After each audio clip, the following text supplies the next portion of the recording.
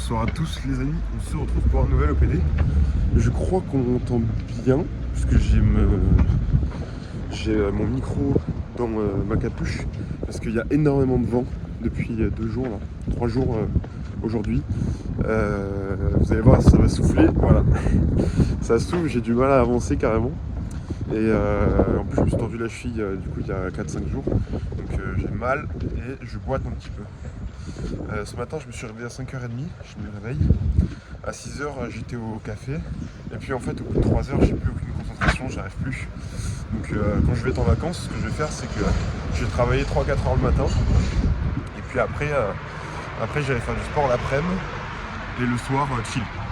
Voilà, ça va s'organiser comme ça, même si j'ai pas beaucoup de vacances, hein, j'ai que 5 semaines dans l'année. Et encore non, j'ai que 10 jours, parce que j'ai cumulé sur 4 mois.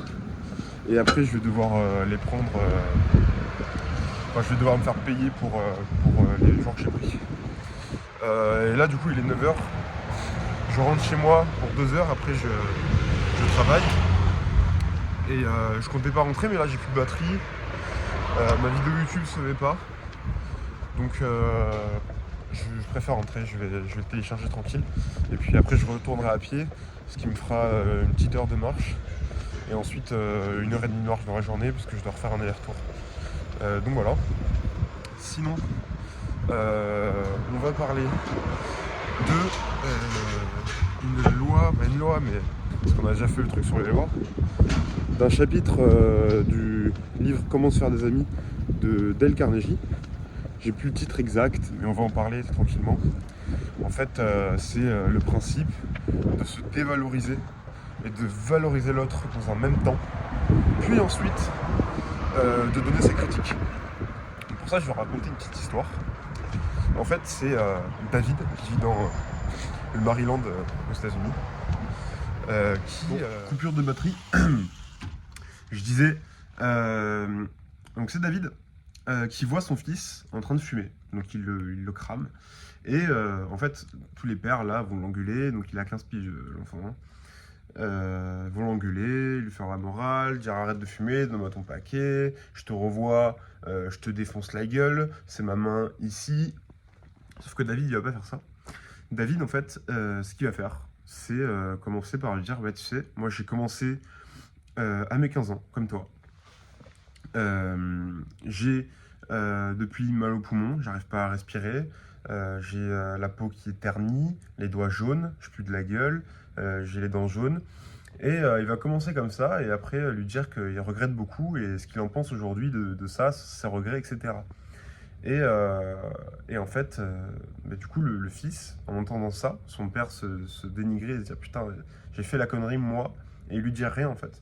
Et ben le fils il a arrêté de fumer et il dit bon voilà je refumerai à ma majorité parce qu'il veut pas déranger son père, et il ne toucha plus une cigarette, et dans le même temps David arrêta de fumer grâce au soutien de sa famille. Donc en fait on voit bien que ce truc là de se dénigrer, de se dévaloriser tout en disant à l'autre voilà moi en fait j'étais comme toi, ou je suis comme toi, j'arrive pas à faire ci, j'arrive pas à faire ça, mais toi par contre t'arrives à faire ça, mais là t'as fait une erreur. Et en fait commencer à se dévaloriser, ça va mettre dans l'esprit de l'autre personne, ok soit je suis comme lui, soit je suis meilleur que lui, et donc il va encaisser derrière la critique. Et par exemple dans un conflit amical, je sais pas, peut-être que ton ami est radin, et, tu lui payes des trucs, mais lui, il veut pas à chaque fois. Et toi, tu peux commencer à lui dire, bah voilà, moi, c'est vrai qu'avant, avec l'argent, j'avais un problème, je voulais rien donner, je pensais qu'à moi et tout. Et puis en fait, j'ai compris que payer des trucs à ses amis, bah déjà, il te le rendait d'une certaine manière.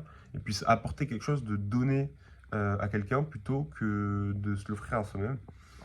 Donc dans la mesure où il dépense quelques euros voilà, pour le payer un café, quelque chose comme ça, un cadeau.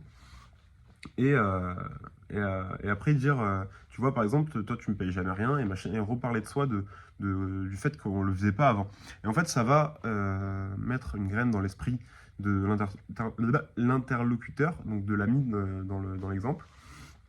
Et donc ça va être amené d'une certaine manière, ça va faire que ça va être beaucoup mieux que lui dire putain t'es radin, tu me payes jamais rien. Voilà, c'est une façon d'amener les choses, et que ça soit un peu développé, qu'on mette les formes, qu'on parle des des deux personnes, des qualités, des défauts, qu'il y ait une forme de communication, ça va faire que la personne va se sentir mieux et comprendre la critique sans le prendre forcément pour elle. En fait, elle va réfléchir, un peu culpabiliser et se comprendre dans l'autre. En fait, le truc, c'est vraiment de demander et de parler de ce qu'on ne sait pas faire pour instruire l'autre. Par exemple, du coup, Carnegie, dans son livre, il avait une assistante qui avait 19 ans, c'était sa nièce. Et en gros, elle faisait des fautes d'orthographe. Et du coup, il lui dit, ouais, à ton âge, je faisais beaucoup de fautes d'orthographe. Et puis, j'ai vu dans le monde professionnel que mon image reposait beaucoup sur les fautes que je faisais. Que c'est comme si, en fait, tu t'exprimais mal. On imagine la personne parler et faire des fautes d'orthographe dans son langage. Et du coup, on imagine une autre personne, pas soigneuse, incompétente. Et donc, il explique ça. Et il lui dit, tu vois, là, par exemple, tu as fait une faute. Et moi, ce genre de truc, eh ben, je le mettais sur une feuille de papier et je lisais des livres pour éviter de faire ces fautes. Je travaillais ça. Donc, ce serait bien que tu fasses pas ce genre de fautes. Et il dit ça à la fin, en fait. Après avoir dit, moi, je suis comme ça, moi, je suis comme ça, j'ai mes défauts, machin. Et après, il énonce donc plein de défauts de sa part et un seul défaut de son assistante qu'elle n'arrive pas vraiment à faire des fautes d'orthographe. Et du coup, ce qu'elle va faire derrière, pour pas décevoir cette personne et pas lui renvoyer du coup à Carnegie l'image de lui d'avant où il n'arrivait pas à faire des fautes, et bah en fait, elle en a plus fait. Et ce truc-là, ça marche aussi bien avec les parents, source de conflit. Peut-être qu'il y a beaucoup plus de jeunes qui m'écoutent que de personnes plus âgées qui sont encore avec leurs parents. Je sais pas, vos parents, ils vous saoulent par rapport au cours.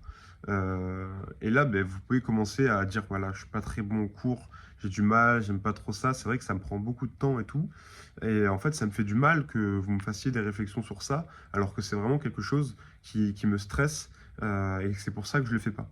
Et en fait, d'exprimer voilà, ses émotions par rapport à ça et du fait que voilà, on s'y met, on met de notre personne, et de dire à nos parents, ça me met une pression en plus que vous me dites, ben là, en fait, ils vont arrêter de faire, d'avoir ce comportement en mode vas-y, travaille, travaille, travaille.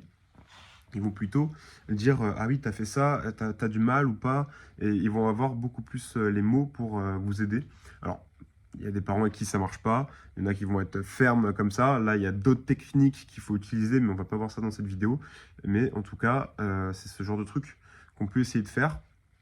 Mais pour les autres techniques, pour manipuler ses parents pour pas qu'ils nous engueulent quand t'as un gros daron qui te met des claques dans la gueule parce que tu fais pas un truc et qui veut absolument que tu sois premier de la classe, c'est pas la même chose. Là, faut juste fuguer en fait.